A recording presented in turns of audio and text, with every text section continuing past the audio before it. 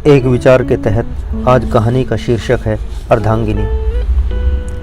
Doorbell बजी तो रीता ने झट से दरवाज़ा खोला। ओह, आ गए आप। अभी अभी आप ही के बारे में सोच रही थी। बैठिए, मैं पानी लेकर आती हूँ, रीता ने मुस्कुराकर पंकज से कहा। रीता अंदर जाती है और पानी का गिलास लेकर आती है। पंकज ने रीता के हाथ से पानी का गिलास लिया और पीने लगा। आज भी रोज की तरह घूमते हुए पूरा दिन बेकार चला गया। आज भी कहीं नौकरी की बात ना बन सकी। उदास पंकज ने रीता को अपने मन की बात बताते हुए पानी पीना जारी रखा। कोई बात नहीं, आज नहीं तो कल कहीं ना कहीं आपको नौकरी मिल ही जाएगी। आप ज़्यादा उदास मत हो, रीता ने पंकज के बालों में उंगलियां घुमाते हुए बड़े प्यार से पंकज को समझाया। पूरे 2 साल हो गए रीता, मैं कुछ कमा नहीं रहा हूँ, उल्टा 2 साल से बिस्तर पर लेटा हुआ खर्चा ही करा रहा हूँ। वह तो तुम कमाती हो तो घर का खर्च भी चल रहा है। सोचता हूँ तुम नहीं होती तो क्या होता। मेरे ऊपर तुमने लाखों रुपए खर्च कर दिए, गन्नू के खर्चे भी हैं। माँ और बाबा की देखभाल तुम अकेले ही कर रही हो। सच कहता हूँ रीता, मैं बहुत कोशिश करता हूँ काम ढूंढने की, लेकिन कहीं नहीं मिल पा रहा है। मुझे मालूम है सब मेरे बारे में उल्टा सीधा कहने लगे हैं। मेरे कारण तुम्हें भी बहुत कुछ सुनना पड़ता है। तुम्हारे मम्मी पापा, भाई बहन और सभी रिश्तेदार तो मुझे निकम्मा और नाकारा बोलने लगे हैं। सारे दोस्त भी मुझे पत्नी की कमाई पर जीने वाला प्राणी कहकर मेरा मजाक उड़ाते हैं। लोगों का कहना है कि मैं औरत की कमाई पर पल रहा हूँ।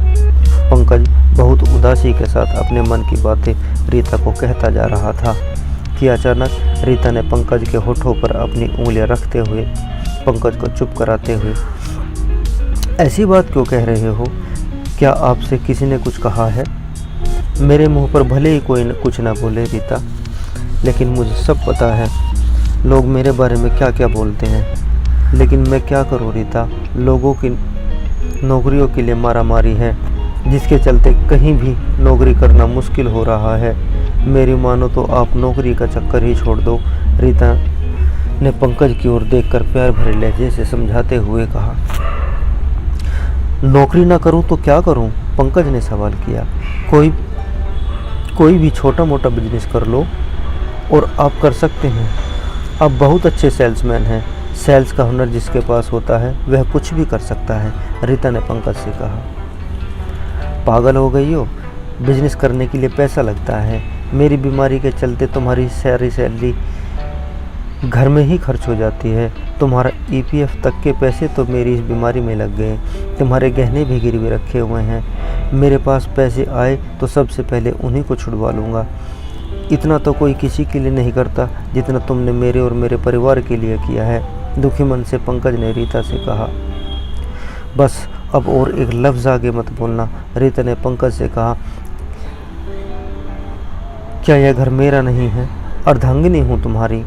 तुम्हारा सुख और दुख, तुम्हारा परिवार और रिश्तेदार, तुम्हारा कर्ज और जिम्मेदारियाँ, मैं सभी में बराबर की भागीदार हूँ। इस घर के सुख ही केवल मेरे नहीं हैं, इस घर के दुख भी मेरे ही हैं। तुम्हारा कर्ज और परेशानियाँ सब मेरे हैं।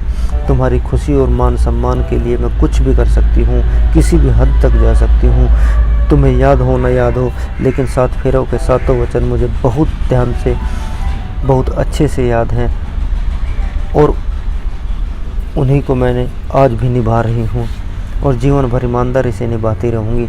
रीता की बात सुनकर पंकज की आंखों में आंसू आ जाते हैं और वह रीता को कहता है, मैं बहुत भाग्यवान आदमी हूँ जिसे तुम जैसी आदर्श और सुशील जीवन साथी मिली। लेकिन एक बात बताओ रीता, पैसा कहाँ से आएगा? पैसा तो हमारे पास है ही नहीं।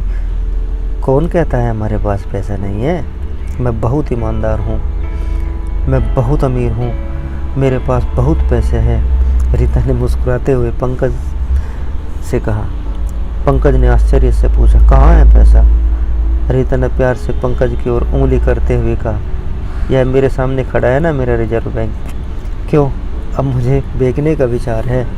मेरे कोई 2 रुपये भी न देगा, पंकज ने झूठी हंसी मुंह पर लाते हुए कहा। तब रीता रोमांटिक होते हुए, अरे जनाब, हमसे पूछो कितना कीमती हीरा हो आप। हमारी किस्मत अच्छी थी कि आप हमारी ज़िंदगी में आए। पंकज, एक बात कहूँ, मानोगे ना? रीता ने अनुरोध करते हुए कहा। हाँ हाँ कहो, क्यों नहीं मानूंगा? ऐसा कभी हुआ है तुमने कुछ कहा हो और मैंने ना माना हो? कहो रीता, क्या बात है? पंकज ने जिज्ञासा के साथ रीता से कहा। वह मैं कह रही थी, क्यों ना हम वो गाजियाबाद वाला प्लॉट सेल कर दें, वहाँ ज़मीन का भाव भी कुछ ज़्यादा नहीं है। पागल हो गई हो? तुम्हारे पापा ने दिया है, उस प्लाट पर मेरा कोई अधिकार नहीं है।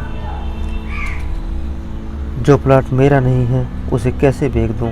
और क्यों बेच दूं? शादी में तुम्हारे पापा ने तुम्हें दिया था। नहीं नहीं, मैं उसे नहीं बेचूंगा। मैं लगातार 2 साल से तुम्हारी ही कमाई खा रहा हूँ, तुम्हारे सारे गहने गिरवी रख दिए। वह प्लॉट तुम्हारे मुसीबत के लिए है। मैं उसे बेचने के बारे में सोच भी नहीं सकता। पंकज ने बेचैनी भरे स्वर में कहा। जो मेरा है क्या वह तुम्हारा नहीं है? और रही बात मेरी मुसीबत की, जो मुसीबत हम पर आज है क्या वह कम है? रीता ने जवाब दिया। लेकिन रीता, यह प्लाट तुम्हारे पापा का दिया हुआ है, वह क्या सोचेंगे, वह क्या कहेंगे? पंकज ने फिर पूछा। पंकज की बात अभी पूरी भी न हुई थी कि अचानक रीता बोल पड़ी। पापा क्या कहेंगे? हमने उनसे प्लाट मांगा थोड़ा ही था। उन्होंने अपनी मर्जी और अपनी खुशी से दिया है और उस प्लाट पर अब उनका कोई अधिकार नहीं। अब वह हमारा है, उसे हम अपने तरीके से इस्तेमाल करेंगे। मेरे नाम हुआ तो क्या हुआ? वह मेरा है तो तुम्हारा भी है। जितना उस पर अधिकार मेरा है उतना तुम्हारा भी है। लेकिन रीता, पंकज ने फिर कुछ कहना चाहा, लेकिन कुछ नहीं। अब हम वो प्लॉट बेच रहे हैं और हम उसे बेचकर कोई बिजनेस शुरू करते हैं। कोई कुछ बोलेगा तो उसे बोलने दो। रीता ने पंकज को बात बीच में काटते हुए कहा। चलो मान लिया हमने प्लॉट बेचकर कोई बिजनेस कर भी लिया, लेकिन रीता तुम्हें पता है मैं हिसाब में कच्चा हूँ, 10वीं पढ़ा हूँ बस। कैसे बढ़ाएंगे अपने बिजनेस को आगे? पंकज ने अनमने ढंग से जवाब दिया। फिक्र क्यों करते हो मेरी जान, मैं हूं ना। रीता निर्णय कर चुकी थी कि अब उसे अपने पति से किसी की नौकरी नहीं करवानी। वह चाहती थी उसके पति बिजनेस करें, अपना बिजनेस। रीता ने कई लोगों से सलाह ली। अंत में निष्कर्ष निकल के आया कि वह दोनों मिलकर मसालों का बिजनेस शुरू करेंगे, क्योंकि मार्केट के बारे में पंकज को बहुत अच्छी जानकारी है। पिछले 10 साल से वह मार्केट ही तो कर रहा है। बहुत अच्छे सेल्समैन है पंकज। रीता और पंकज ने मिलकर अपना गाजियाबाद वाला प्लॉट बेच दिया और उससे मसालों का बिजनेस शुरू कर दिया।